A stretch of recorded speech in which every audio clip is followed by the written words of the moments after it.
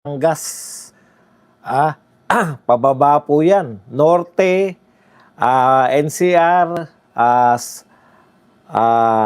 North Luzon, Central Luzon, NCR, Southern Luzon, binabaha na po ngayong mga panahon na to. Ayan, buti nga tumila. Sana bumaba na rin po yung mga baha. Nakita ko po yung mga dam. Naglalabas na po ng mga tubig. Kaya po hindi po matitigil yung pagbaha. Kasi po, bagamat kung dito po sa area namin, medyo wala na pong ulan. Kanina, lumabas ako para mag-almusal, panay ulan po eh. Pero ngayon po, medyo tila na po ang ulan. Kaya lang po, dahil po sa naipon po ng mga tubig dyan sa mga dam natin, tsak po sa may malapit po sa dam, babahain pa rin po dahil nagpapakawala kasalukuyan ng mga dam. Yan ang problema po natin. At dahil po dyan, dahil lubog po tayo sa tubig, eto na naman po, sinamantala po to ng mga mahihilig po sa balita, no? Mahihilig po sa mga, anong tawag na, mga viral. Tulad po nitong mga Tulfo. Erwin Tulfo po, may pahayag. May sasampulan daw po na iimbestigahan. Senate Blue Ribbon to prove substandard public works. At meron po silang sasampulan daw siya na isang mataas na government official.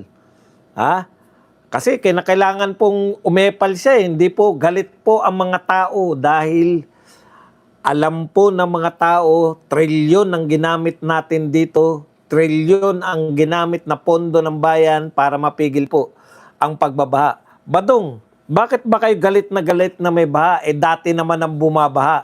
Pag malakas naman ang ulan, talaga namang bumabaha ng todo-todo. Alam niyo po kung bakit po kami galit? Kaya po kami galit kasi gumastos po tayo ng trilyong piso at yan po ay nakita po natin sa mga inisyal na investigasyon ni Senator Marcoleta na ito pong mga ginastos nating trilyon ay ninakaw po ng mga politiko at ng mga kasabwat nila. Ninakaw po yan, hanggang ngayon po walang napapanagot, wala pa po mga congressman na napapanagot. At ang masakit pa po sa atin dito, yung talagang pinalit o pumalit o kumuha ng Blue Ribbon Committee chairmanship, mukhang wala po talaga at nagpahayag na itong si Erwin Tulfo mismo. Nagpahayag po siya na hindi siya mag-imbestiga na in favor ng ombudsman. Dahil nakipag-usap sila ni Senate President Waling-Waling. Nakipag-usap po sila sa ombudsman at nirequest daw po ng ombudsman na sila na lang yung mag-iimbestiga dito.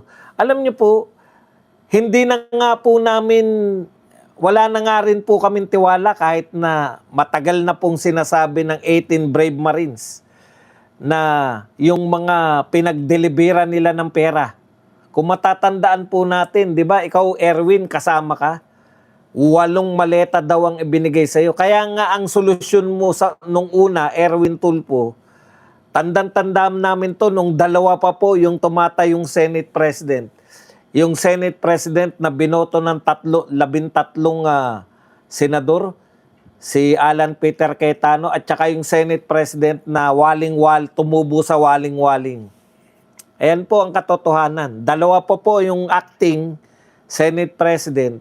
Nagmamarunong ka pa, sabi mo, sige, para hindi mabahiran ng pag-alinlangan yung mga tao dahil ikaw ay tinuturo di ba?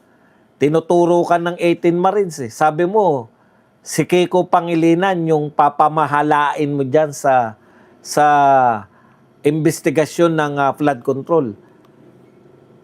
Hinihintay po namin sa napakatagal na panahon kung kailan ka mag-imbestiga sa flood control. Erwin Tulfo, hanggang sa mabalitaan na lang namin, inunti-unti mo kami. Di ba? Bigla mo sinabi, teka muna, mukhang iniimbestigahan na yan ng ombudsman. Baka naman tayo ay kung ano-ano na pinagsabi mo. Hanggang sa sinabi mo na lang na hindi na kayo mag-iimbestiga.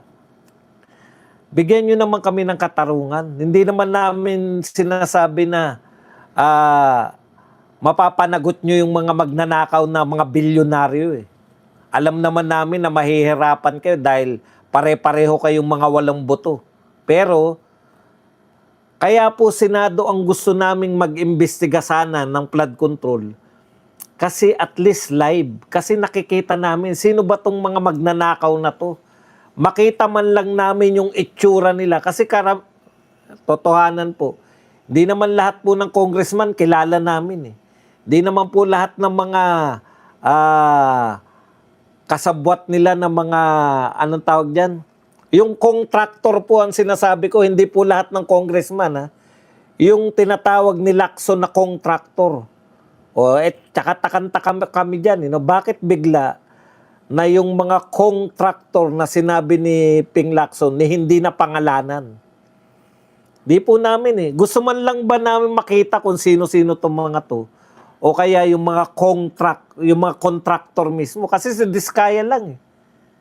Diskaya lang po yung kilala namin. Si BBM nga nagsabi, may top 20. O, eto po yung mga top contractor.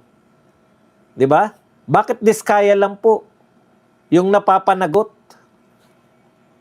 Yan yung katanungan namin si Erwin eh. Talagang antapang mo sa Senado. Lahat sinisita mo, pati mga 2 minutes. O yung mga sobra-sobra nagsasalita.